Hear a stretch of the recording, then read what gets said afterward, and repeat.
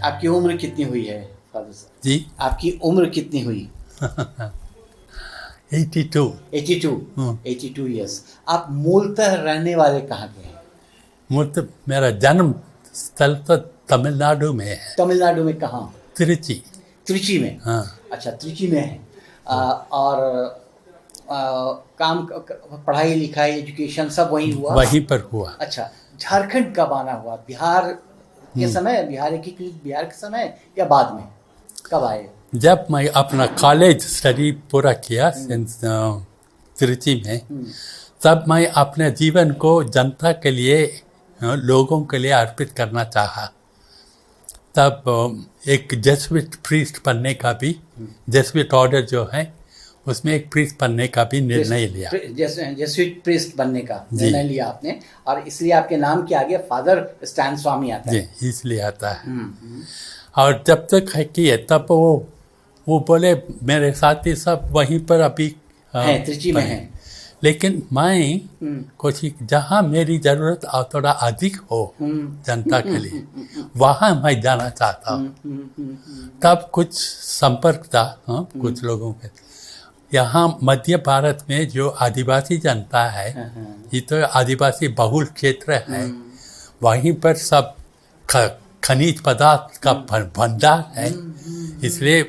लेकिन वहाँ की जनता बहुत गरीब है, इसलिए मैंने सोचा अरे कैसे उनकी ज़मीन से ये धन सब निकाला जा रहा है, लेकिन वहाँ की जनता गरीब नहीं समझ पा रहे हैं वो। ये क्या क्यों? तब मैं सोचा क्या मैं अपना जीवन को उनके लिए दे सकूं, इसलिए मैं वॉलंटियर किया नॉर्थ इंडिया आने के लिए। अच्छा, अपनी चर्च को? चर्च अच्छा, को। और मुझे स्वीकार किए, और उस समय मुझे, हम लोगों को बहुत सारा पढ़ाई सब करना है इधर उधर। अच्छा। अच्छा, तो आप कब आए यहाँ? हाँ, झारखंड में 1991 में आया। अच्छा, बिहार के समय आप आए। अच्छा, 1991 में आए। 91 में आया। वहाँ से कुछ समय तक एक फ्लैट में रह के जन संगठन आंदोलन जो चल रहे हैं। क्या संगठन आंदोलन? जैसे डॉक्टर रामदयाल मुंडा थे, संजय बसु मलिक, बीपी केसरी, इनके साथ मेरा हमेशा संपर्क रहा। उनसे मैं पूछा, देखिए मेरे पास कुछ सक्षमता है, ट्रेनिंग देकर, मैं by professional education I am sociologist, sociology में मेरी पढ़ाई है, इसलिए। और बेंगलोर इंडियन सोशल इंस्टीट्यूट में 15 साल काम किया, वहाँ भी ट्रेनिंग का था। हाँ, माने वंचित लोगों की, खासकर दलित वर्गों की उनके करने के लिए ट्रेनिंग करके उनको फॉलो अप करने के लिए, इसलिए तब यहाँ आया। तब मैं पूर्ण रूप से 2 साल एक आदिवासी गांव में ठहरा। अच्छा। चाईबासा से थोड़ा अंदर है। क्या नाम है गांव का? कोई बात नहीं। बड़ा गुइरा नाम से। गुइरा नाम से है। अच्छा, वहाँ 2 साल आपने काम किया। उनकी भाषा भी सीखा। मैं हो मुंडारी जानता हूँ। अच्छा, आप हो मुंडारी भी जानते हैं? हिंदी इंग्लिश तो जानते ही हैं। आप तमिल जानते हैं क्या? तमिल जानते हैं। ओ गॉड, आप इतनी सारी भाषाओं के जानकार हैं। सोशियोलॉजी आपका विषय रहा है। आपने बाद में लॉ भी किया? लॉ नहीं किया। अच्छा, लॉ, लेकिन ऑर्गेनाइजेशन के साथ में आप अटैच्ड रहे।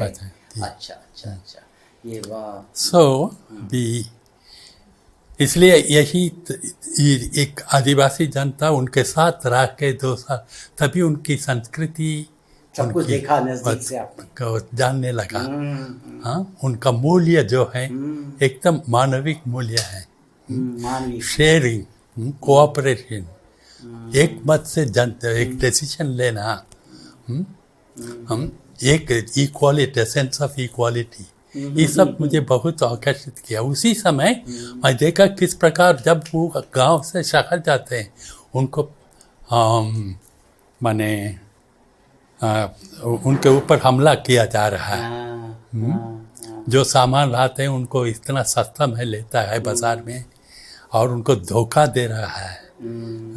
इसलिए उसको देख के मुझे मैं और उत्तेजित हो जाती थी। इनके लिए कुछ करना है। हाँ।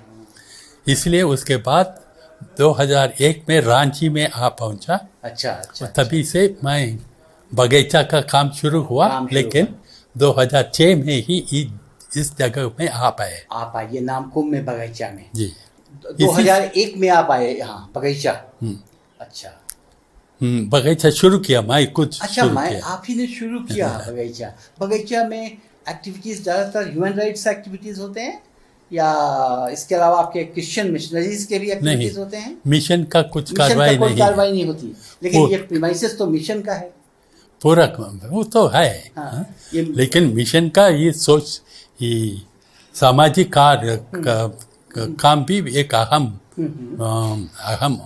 अंश है, इसलिए उस पर मैं हूँ। अच्छा, तो उन्होंने आपको इस पर्पस के लिए ये प्रोवाइड कर रखा है। अच्छा। तो 2001 से आप खासकर बगीचा में हैं।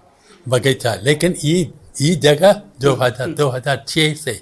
अच्छा, इसके पहले यहाँ कुछ नहीं था। अच्छा, 2006 से यहाँ पे। अच्छा।